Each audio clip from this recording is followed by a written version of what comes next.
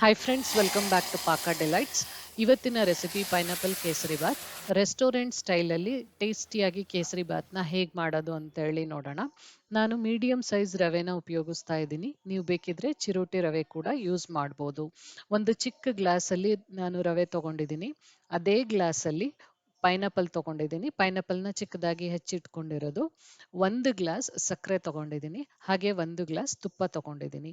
ಈ ಮೆಷರ್ಮೆಂಟ್ ಏನಿದೆಯಲ್ಲ, ಇದು ರೆಸ್ಟೋರೆಂಟ್ ಸ್ಟೈಲಲ್ಲಿ ಬರಬೇಕು ಅಂದರೆ ಇದೆಲ್ಲ ಈ ಮೆಷರ್ಮೆಂಟ್ ಇದೇ ಅಳತೆನಲ್ಲಿ ನಾವು ಐಟಮ್ಸ್ನ ಯೂಸ್ ಮಾಡಬೇಕಾಗತ್ತೆ. ಒಂದು 1/4 ಟೇಬಲ್ ಸ್ಪೂನ್ ಏಲಕ್ಕಿ ಪುಡಿ, ಒಂದು 4 ಲವಂಗ, ಒಂದು 10 ಕೇಸರಿ ದಳನ ನಾನು ಒಂದು 3-4 ಸ್ಪೂನ್ ಬಿಸಿ ಹಾಲಲ್ಲಿ ನೆನೆಸಿಟ್ಟಿದ್ದೀನಿ.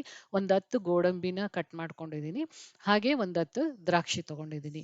ಮೊದಲಿಗೆ ಬಾಣಲಿನ ಬಿಸಿ ಮಾಡೋದಕ್ಕಿಟ್ಟು ಅದಕ್ಕೆ ಒಂದು 2 ಸ್ಪೂನ್ ತುಪ್ಪ ಸೇರಿಸ್ಕೊಂಡು ದ್ರಾಕ್ಷಿ ಗೋಡಂಬಿನ ಸೇರಿಸಿ ಒಂದು ಸ್ವಲ್ಪ ಫ್ರೈ ಮಾಡಿಕೊಂಡು ಒಂದು ಬೌಲ್ನಲ್ಲಿ ಎತ್ತಿಟ್ಕೊಂಡಿದ್ದೀನಿ.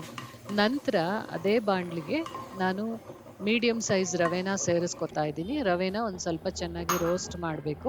ಅದಾದಮೇಲೆ ಪೈನಾಪಲ್ನ ಸೇರಿಸ್ಕೊತೀನಿ. ಪೈನಾಪಲ್ನೂ ಅಷ್ಟೇ ಒಂದು 2 ನಿಮಿಷ ಉರಿಬೇಕಾಗತ್ತೆ.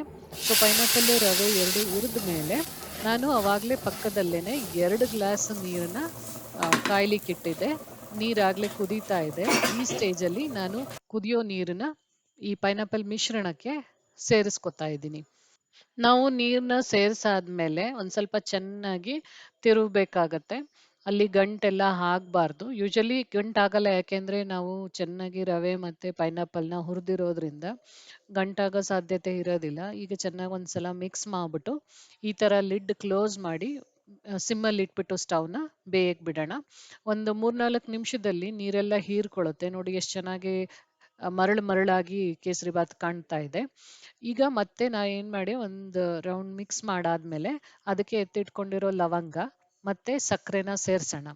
ಇದು ಇಂಪಾರ್ಟೆಂಟ್. ಯಾವ ಸಾಮಗ್ರಿ ಆದಮೇಲೆ ಯಾವುದನ್ನ ಸೇರಿಸ್ಬೇಕು ಅಂತ ಹೇಳಿ ಕೇಸರಿ ಬಾತ್ ಮಾಡೋದಕ್ಕೆ ತುಂಬಾನೇ ಮುಖ್ಯ.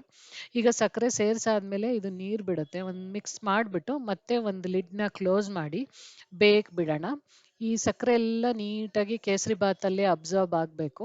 ಒಂದೆರಡು ನಿಮಿಷ ತಗೊಳುತ್ತೆ. ಇದಾದ್ಮೇಲೆ ನೋಡಿ ಸಕ್ಕರೆ ಎಲ್ಲ ಅಬ್ಸರ್ಬ್ ಆಗಿದೆ. ಈಗ ಮತ್ತೆ ಅದನ್ನ ಚೆನ್ನಾಗಿ ಮಿಕ್ಸ್ ಮಾಡಿ ನಾವಿದಕ್ಕೆ ತುಪ್ಪ ಸೇರಿಸ್ಕೋಬೇಕು. ತುಪ್ಪನ ಟೋಟಲ್ ನಾವು ತಗೊಂಡಿರೋ ಒಂದು ಗ್ಲಾಸ್ನ ನಾವೊಂದು 3-4 ಸಲ ಸ್ವಲ್ಪ ಸ್ವಲ್ಪನೇ ಬ್ಯಾಚಸ್ ಅಲ್ಲಿ ಸೇರಿಸ್ಕೋಬೇಕಾಗತ್ತೆ. ಈಗ ನೋಡಿ ಆಗ್ಲೇ ಮತ್ತೆ ಇನ್ನೊಂದ್ಸಲ ಆ್ಯಡ್ ಮಾಡಿದ್ದೀನಿ ತುಪ್ಪನ. ಆ್ಯಡ್ ಮಾಡಿ ಮತ್ತೆ ಇನ್ನೊಂದ್ಸಲ ಹುರಿದು ಮತ್ತೆ ಆ್ಯಡ್ ಮಾಡಿದ್ದೀನಿ ತುಪ್ಪನ. ಅದಾದ್ಮೇಲೆ ನಾನು ಎತ್ತಿಟ್ಕೊಂಡಿರುವಂತಹ ಏಲಕ್ಕಿ ಪುಡಿ ಮತ್ತೆ ಕೇಸರಿ ಹಾಲಲ್ಲಿ ನೆನೆಸಿಟ್ಟಿರ್ತೀವಲ್ಲ ಅದನ್ನ ಸೇರಿಸ್ಬಿಟ್ಟು ಚೆನ್ನಾಗಿ ಮಿಕ್ಸ್ ಮಾಡೋಣ. ಇಲ್ಲಿ ನೋಡಿ ನಾನು ಕೇಸರಿ ಯೂಸ್ ಮಾಡಿದ್ದೀನಿ. ನೀವು ಮನೆಯಲ್ಲಿ ಕೇಸರಿ ಇಲ್ಲ ಅಂತ ಅಂದ್ರೆ ಅರಿಶಿನ ಕೂಡ ಉಪಯೋಗಿಸ್ಬೋದು. ಆದರೆ ಆರ್ಟಿಫಿಷಿಯಲ್ ಕಲರ್ ಎಲ್ಲ ಯೂಸ್ ಮಾಡಕ್ ಹೋಗ್ಬೇಡಿ, ಅದು ಹೆಲ್ತಿಗೆ ಒಳ್ಳೇದಲ್ಲ. ಮತ್ತೆ ಈಗ ನಾನು ಲಾಸ್ಟಿಗೆ ಮಿಕ್ಕಿರೋ ಅಂತಹ ತುಪ್ಪನ ಸೇರಿಸ್ಕೊಂಡು ಒಂದು ರೌಂಡ್ ತಿರುಗಿಸ್ತಾ ಇದ್ದೀನಿ. ಇದಾದ್ಮೇಲೆ ಒಂದು ಸ್ವಲ್ಪ ತುಪ್ಪ ಎಲ್ಲ ಬಿಡಕ್ಕೆ ಸ್ಟಾರ್ಟ್ ಆಗೋಬೇಕು. ಅಲ್ಲಿವರೆಗೂ ಒಂದು ಸ್ವಲ್ಪ ಚೆನ್ನಾಗಿ ಹುರಿಯೋಣ.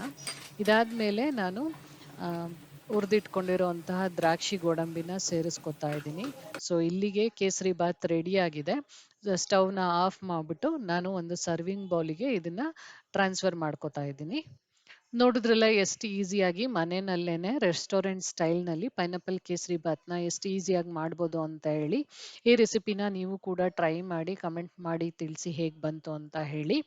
ಹಾಗೆ ನಮ್ಮ ಚಾನಲ್ನ ನಿಮ್ಮ ಫ್ರೆಂಡ್ಸ್ ಮತ್ತು ಫ್ಯಾಮಿಲಿ ಜೊತೆ ಶೇರ್ ಮಾಡಿ.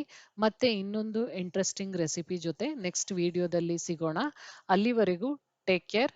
Thank you.